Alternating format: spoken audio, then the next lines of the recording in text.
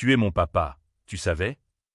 La question de la petite fille noire de la rue laissa le millionnaire sans voix lorsqu'elle apparut au beau milieu du restaurant le plus cher de Manhattan, pieds nus et robe déchirée, pointant directement Marcus Wellington. Un silence de mort envahit la salle principale du Le Bernardin.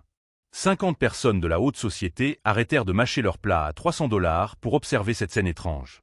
Une enfant noire à la peau foncée, âgée de tout au plus 8 ans, se tenait à côté de la table de l'homme le plus puissant de la ville, attendant une réponse qu'il était tout simplement incapable de donner. Marcus sentit une sueur froide couler sur son front. Ses doigts tremblaient alors qu'il tenait la serviette en lin. « Désolé, petite, mais tu te trompes.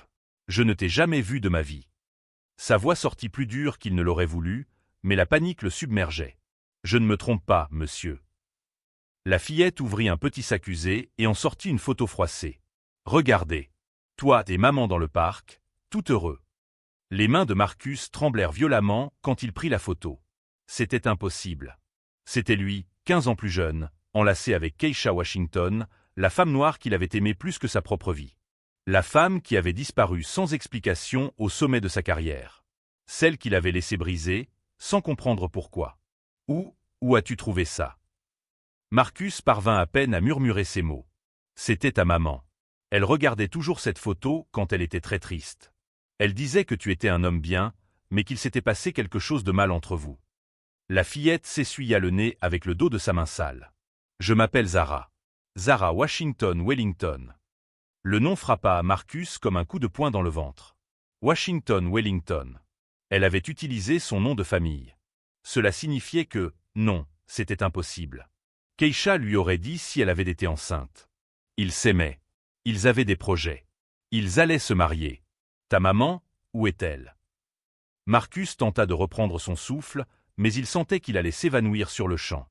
À l'hôpital public de la 42e rue. Elle est très malade. Mamie Ruby dit qu'elle ne va pas tenir très longtemps. Zara se mit à pleurer, mais continua de parler. Je vends des bonbons au feu rouge pour acheter ces médicaments, mais ça ne suffit pas. Les médicaments sont trop chers. Marcus regarda autour de lui. Tous les clients continuaient à fixer la scène. Certains chuchotaient entre eux, d'autres pointaient du doigt discrètement. D'autres encore filmaient avec leur téléphone. Sa réputation était en train d'être détruite en temps réel, mais quelque chose en lui ne pouvait pas s'en soucier à cet instant. « Écoute, Zara. » Il s'agenouilla pour être à sa hauteur. « Sortons d'ici. Il faut que je te parle sérieusement. Tu vas aider maman ?» Les yeux de la fillette brillèrent d'un espoir qui brisa le cœur de Marcus en 1000 morceaux. « Je vais faire tout ce que je peux. » Il prit sa petite main sale. « Mais d'abord, dis-moi une chose. Comment m'as-tu trouvé? Maman disait toujours que tu mangeais dans ce restaurant, que c'était l'endroit préféré de vous deux. J'ai passé 3 jours à surveiller jusqu'à ce que tu viennes. » Zara sourit pour la première fois, révélant de petites dents blanches. « Je savais que tu viendrais tôt ou tard. » Marcus frissonna. Keisha se souvenait. Après toutes ces années, elle se souvenait encore des détails de leur vie. Mais pourquoi avait-elle disparu? Pourquoi ne lui avait-elle jamais parlé de Zara? Il fit signe au serveur et demanda l'annulation du déjeuner d'affaires. Sa partenaire, Victoria, n'apprécia pas du tout l'interruption, mais Marcus ne pensait plus au contrat à plusieurs millions. Son esprit était complètement tourné vers la fillette qui tenait sa main avec tant de confiance. Victoria, annule tous mes rendez-vous de l'après-midi. J'ai quelque chose de très important à régler. Marcus, tu es devenu fou? Nous avons la présentation pour les investisseurs japonais dans 2 heures. Victoria lui attrapa le bras fermement. Les Japonais devront attendre. Marcus se dégagea et se dirigea vers la sortie avec Zara. Dehors, la réalité le frappa de plein fouet.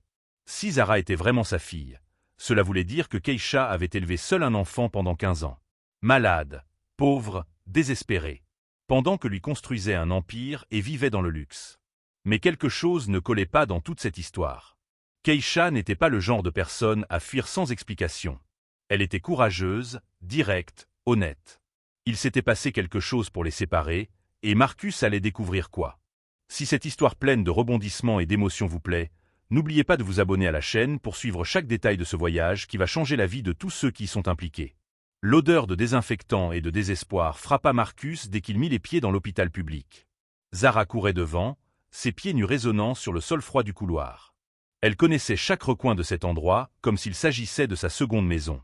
Elle est dans la chambre 312. Mais parfois, Il la déplace quand elle ne peut pas payer. Zara s'arrêta devant une porte entr'ouverte et murmura « Maman, j'ai apporté une surprise. » Marcus poussa lentement la porte et sentit le monde s'écrouler sous ses pieds. Keisha était méconnaissable. La femme qui avait autrefois des cheveux crépus brillants était maintenant chauve. Son visage, autrefois plein de vie, était pâle et maigre. Mais ses yeux étaient toujours les mêmes. Marcus. Elle tenta de se redresser dans le lit, mais n'en avait pas la force. C'est réel ou je délire encore? Il s'approcha du lit à pas lents, comme s'il marchait vers un fantôme. Keisha. Mon Dieu, qu'est-ce qui t'est arrivé? Cancer du pancréas. Stade avancé. Elle força un faible sourire. J'ai appris la nouvelle il y a 6 mois. Les médecins disent qu'il me reste peu de temps. Marcus sentit ses jambes fléchir. Il tira une chaise et s'assit près du lit. Pourquoi ne m'as-tu jamais cherché? Pourquoi as-tu disparu de ma vie sans rien dire? Les yeux de Keisha se remplirent de larmes. J'ai essayé, Marcus. Je jure devant Dieu que j'ai essayé. Comment ça, essayer? Tu as disparu. Un jour, on planifiait notre mariage et le lendemain, tu avais changé d'appartement, de numéro, comme si j'étais un étranger. J'ai envoyé des lettres. Des dizaines de lettres. J'ai essayé d'appeler ton bureau des centaines de fois. Keisha attrapa sa main avec ses mains tremblantes. Quand j'ai découvert que j'étais enceinte, j'ai tout fait pour te retrouver. Marcus sentit une colère monter dans sa poitrine. Quelles lettres? Quels appels? Je n'ai jamais rien reçu. Ton assistante disait toujours que tu étais occupé, que tu ne voulais pas me parler. Ensuite, elle a commencé à dire que tu avais déménagé, que tu avais trouvé quelqu'un d'autre. Keisha ferma les yeux, comme si revivre ses souvenirs était trop douloureux. Quelle assistante? Marcus fronça les sourcils. Il y a 15 ans, il venait d'ouvrir son entreprise. Il n'y avait qu'une seule personne qui travaillait pour lui à l'époque. Victoria est. Elle a toujours été très polie, mais elle disait que tu ne voulais plus me voir. Le sang de Marcus se glaça dans ses veines. Victoria. Son associée actuelle. La femme qui avait été à ses côtés pour bâtir l'Empire. La personne en qui il avait le plus confiance au monde. Victoria a dit ça. Sa voix était rauque, presque inaudible. Elle disait que tu étais fiancé à une autre. Que je devais arrêter d'insister parce que je gâchais ton bonheur. Keisha ouvrit les yeux et regarda Marcus droit dans les yeux. Je l'ai cru parce que vous travailliez ensemble. J'ai pensé qu'elle savait des choses que j'ignorais. Marcus se leva brusquement de sa chaise. Son esprit traitait les informations à grande vitesse. Victoria connaissait Keisha. Elle connaissait leur relation. Et elle avait menti. Pendant 15 ans, elle avait menti. Maman, Monsieur Marcus va nous aider. Zara était restée silencieuse jusque-là, mais s'approcha maintenant du lit avec de l'espoir dans les yeux. Zara. Keisha regarda sa fille avec tant d'amour que Marcus sentit son cœur se serrer. Tu n'aurais pas dû sortir seule de l'abri. Mamie Ruby doit être inquiète. Abri? Interrompit Marcus. Vous vivez dans un abri. Ma mère est morte il y a 2 ans. On n'a plus pu payer le loyer quand je suis devenue trop malade pour travailler. Keisha tenta de cacher la honte dans sa voix. Zara reste avec Mamie Ruby pendant la journée, mais la nuit elle vient ici avec moi. Marcus regarda autour de la pièce misérable. 2 lits, des murs écaillés, une petite fenêtre qui laissait à peine entrer la lumière. Sa fille, car maintenant il était sûr qu'elle était sa fille, vivait dans ces conditions pendant que lui habitait dans un manoir de 10 millions de dollars. Keisha, je dois tout savoir. Chaque détail de ce qui s'est passé. Il se rassit, cette fois avec une détermination féroce dans les yeux. Victoria va payer pour ça. Non, Marcus. S'il te plaît. C'est du passé. Ce qui compte maintenant, c'est Zara. Keisha serra plus fort sa main. Je vais mourir. Les médecins ont été clairs. Mais elle a besoin d'un avenir. Tu ne vas pas mourir. Marcus éleva la voix, ce qui fit sursauter Zara. Il baissa immédiatement le ton. Désolé. Mais tu ne vas pas mourir. Je vais te transférer dans le meilleur hôpital de Manhattan aujourd'hui même. Je vais faire venir les meilleurs médecins du monde. Marcus, c'est trop tard. Ce n'est pas trop tard. Il n'est jamais trop tard. Il sortit son téléphone de sa poche et commença à passer des appels. Allô, Dr Patterson? C'est Marcus Wellington. J'ai besoin que vous veniez à l'hôpital public de la 42e rue maintenant. C'est une urgence. Pendant que Marcus organisait le transfert médical, Zara s'approcha de lui. Tu es vraiment mon papa. Marcus regarda la fillette. Ses yeux étaient identiques aux siens. La forme de son visage aussi. Comment ne l'avait-il pas remarqué la première fois? Oui, Zara. Je suis ton père. Il l'a pris dans ses bras pour la première fois. Et je vais prendre soin de toi et de ta maman. Je te le promets. Mais alors qu'il serrait sa fille dans ses bras, une seule question martelait dans sa tête. Pourquoi Victoria avait-elle fait ça? Que avait-elle à gagner en le séparant de Keisha? Et plus important encore, qu'est-ce qu'elle lui cachait d'autre? Marcus engagea Daniel Foster, l'enquêteur privé le plus efficace de New York, le jour même. Il avait besoin de preuves concrètes avant de confronter Victoria. Si elle avait menti à propos de Keisha, quels autres mensonges avait-elle racontés au cours de ces 15 années? Je veux que tu enquêtes sur chaque mouvement de Victoria et depuis 2008. Appels téléphoniques, emails, rencontres, tout. Marcus fit glisser un chèque conséquent sur le bureau sombre de Foster. Et je veux que ce soit fait discrètement. Elle ne doit rien soupçonner. Foster examina le chèque et hocha la tête. Qu'est-ce que tu soupçonnes exactement qu'elle ait fait? Sabotage délibéré. Manipulation. Peut-être même fraude d'entreprise. Marcus se leva et marcha jusqu'à la fenêtre. Et peut-être bien pire. Pendant que Foster commençait son enquête, Marcus monta une opération parallèle. Il transféra Keisha à l'hôpital Mount Sinai sous un faux nom, payant tout en espèces pour que Victoria ne découvre rien à travers les systèmes financiers de l'entreprise. Le docteur Patterson, le meilleur oncologue du pays, prit personnellement le cas en charge. Les cellules cancéreuses sont disséminées, mais il existe un traitement expérimental qui pourrait fonctionner. C'est risqué et coûteux, mais on a une chance. Le docteur Patterson montra les examens à Marcus. J'ai besoin d'au moins 6 mois de traitement intensif. Faites tout. Le coût n'a aucune importance. Marcus signa tous les documents nécessaires. C'est la mère de ma fille. Faites ce qu'il faut. Zara s'adaptait étonnamment bien à sa nouvelle réalité. Marcus l'inscrivit dans une école privée exclusive, mais garda tout cela secret. Officiellement, elle vivait encore au refuge avec Mamie Ruby, soigneusement informée de la situation. « Pourquoi doit-on faire semblant que je suis encore pauvre ?» demanda Hara lors d'un dîner dans l'appartement secret que Marcus avait loué pour elle. « Parce qu'il y a des gens méchants qui pourraient essayer de te faire du mal, à toi et à ta maman, s'ils découvrent la vérité maintenant. » Marcus lui coupa son steak en petits morceaux. « Mais bientôt, tout ira bien. » Dans l'entreprise, Marcus commença à observer Victoria avec un regard neuf. Comment n'avait-il jamais remarqué les signes? La manière dont elle contrôlait son agenda, filtrait ses appels, gérait ses relations personnelles. Victoria n'était pas seulement sa partenaire. Elle était devenue la gardienne de toute sa vie. « Marcus, tu es étrange ces derniers temps. Tout va bien ?» Victoria entra dans son bureau sans frapper, comme elle en avait l'habitude. « Je vais très bien. » Pourquoi cette question? Il ne détourna pas les yeux de l'écran de son ordinateur. « Tu as annulé 3 réunions importantes cette semaine. Ce n'est pas ton style. » Elle s'assit sur la chaise en face de son bureau, croisant les jambes avec élégance. « Et j'ai entendu dire que tu avais causé un scandale au Bernardin.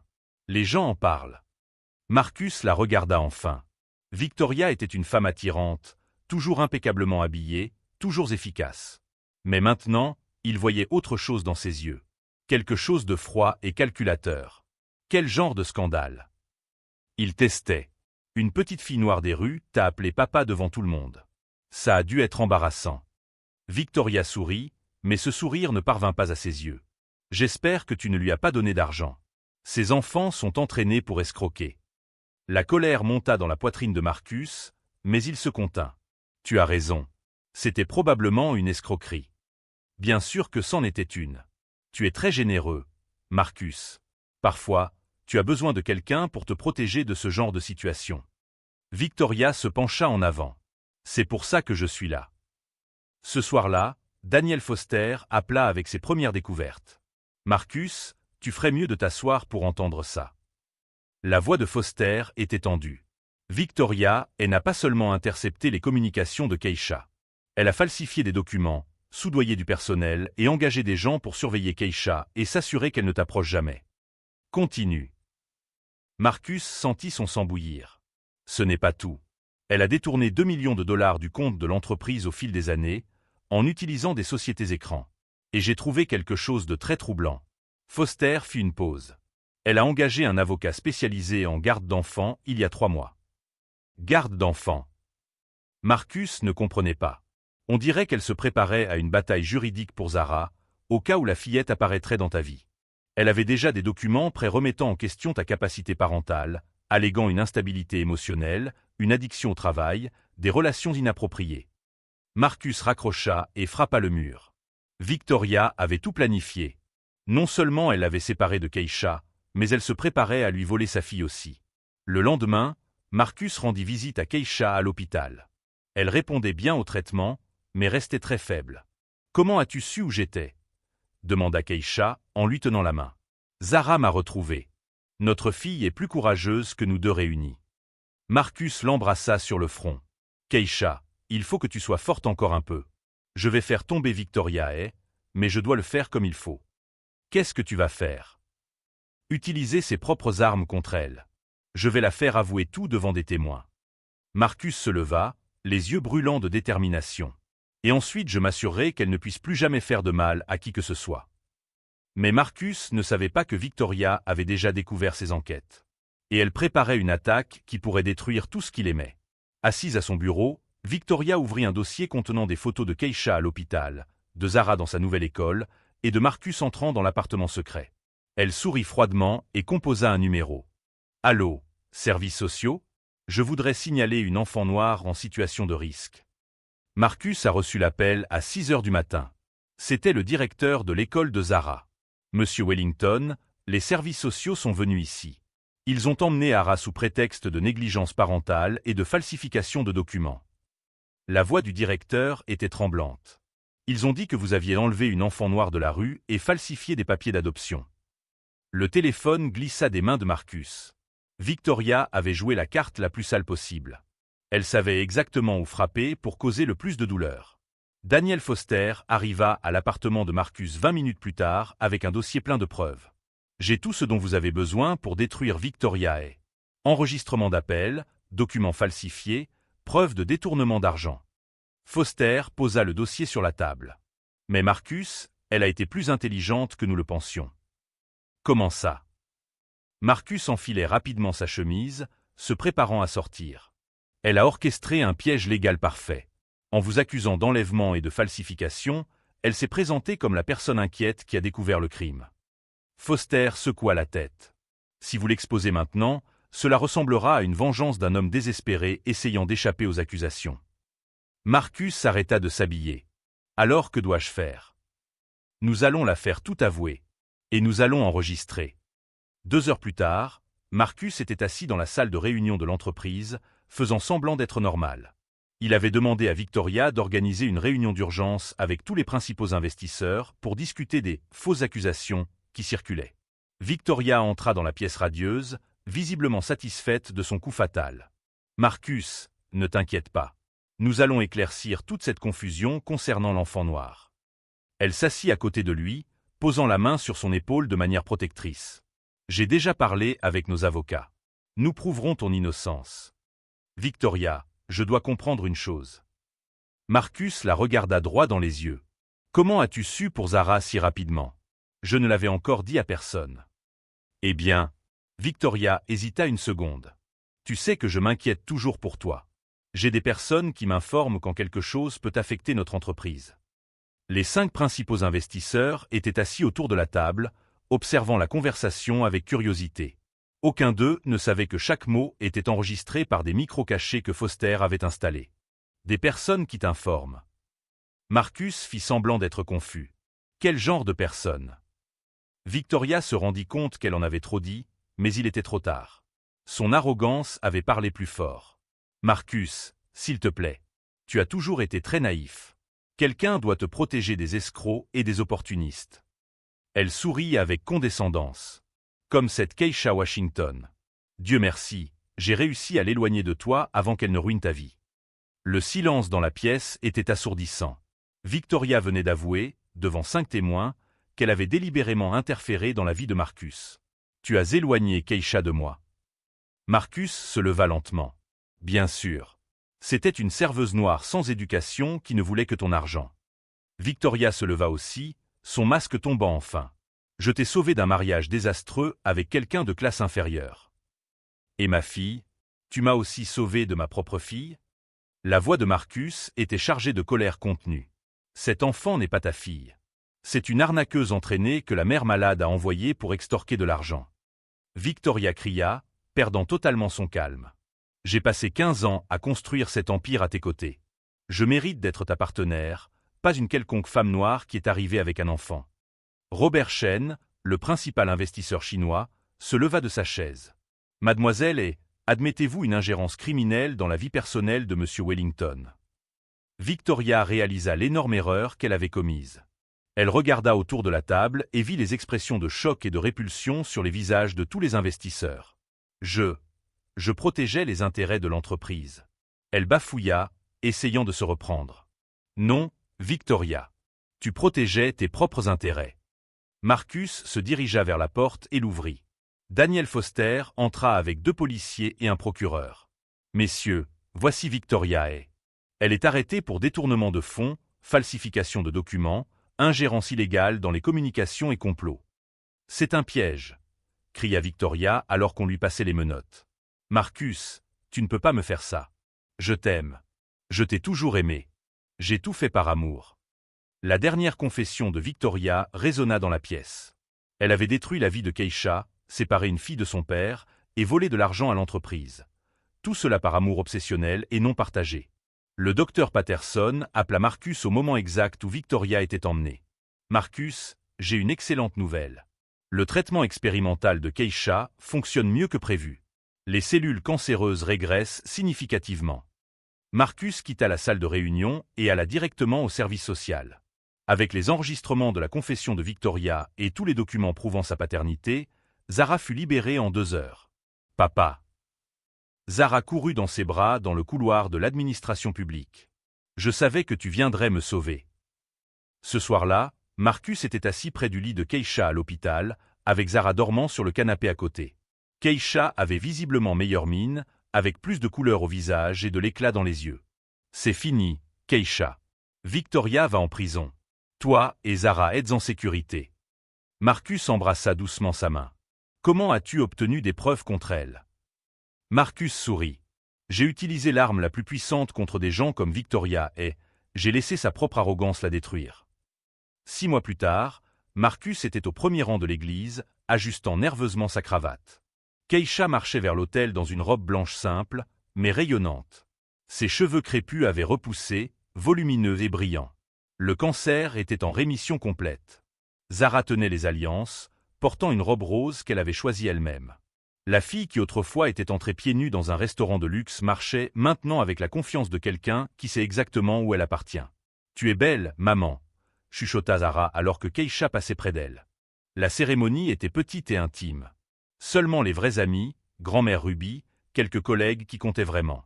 Marcus avait appris la différence entre des connaissances et des personnes qui se souciaient vraiment de lui.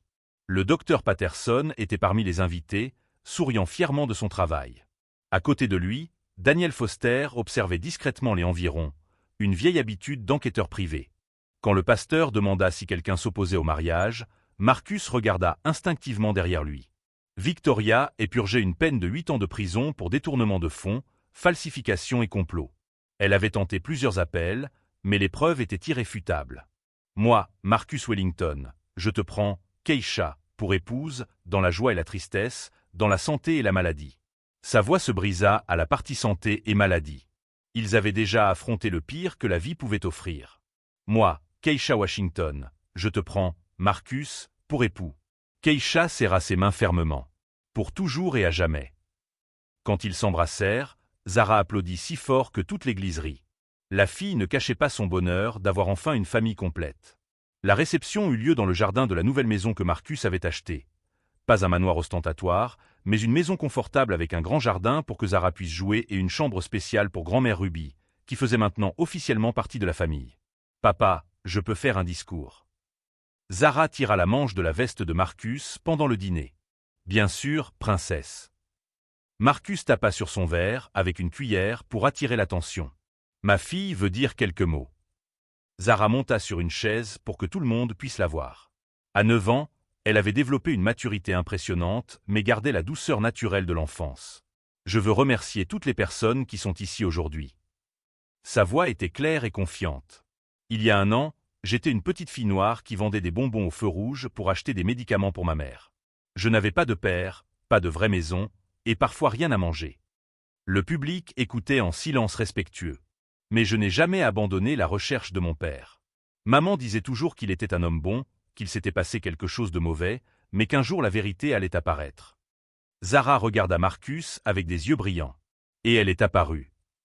Marcus sentit des larmes couler sur son visage. J'ai appris que parfois les gens font de mauvaises choses parce qu'ils sont blessés à l'intérieur. Tante Victoria a fait de très mauvaises choses, mais je ne la déteste pas. Je la plains, car elle ne saura jamais ce que c'est d'avoir une vraie famille.